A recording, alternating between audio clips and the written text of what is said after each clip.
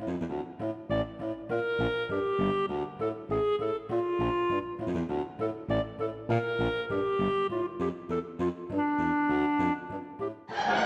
doctor told me I needed a colonoscopy. I was like, you still mad about that whole Tourette's thing?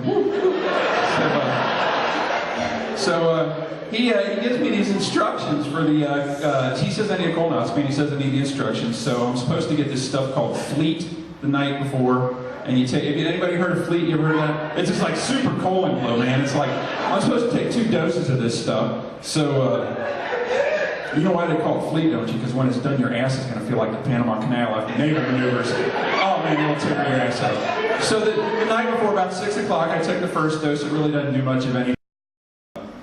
Pretty much of a meat eater, so it didn't affect me that much. And but the second dose, about 11 o'clock, I'm getting ready for bed. Saran wrapping the mattress, sleeping naked. I'm not taking any chances. So, man, I finally get to bed about 3. Have you ever been woken up by your body making a noise? Oh man, I'm sound asleep. I'm jumping out of bed, running down the hallway, man. I'm like a human lawn sprinkler. I'm crapping for distance. I'm like, oh! I finally get on the toilet, man. Oh God, sweat's popping out of my forehead. I'm like, I swear, if I get through this, I will never have white gases again. 3-4 hours later, I'm clean as a whistle, man.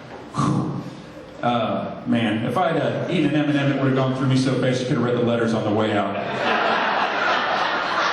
So, I get to the hospital the next morning, and the nurse is prepping me. You know, she's telling me all about the procedure. She's like, oh, we're going to be putting you in a dream state. You know, we'll slightly sedate you. I'm like, I want to be knocked out, man. I do not want to be having some nightmare about a bad shower scene from a prison movie or something. So she gets me all prepped, gives me the IV, and they take me into the procedure room. The doctor's in there, and have you ever seen what they use for colonoscopy, man?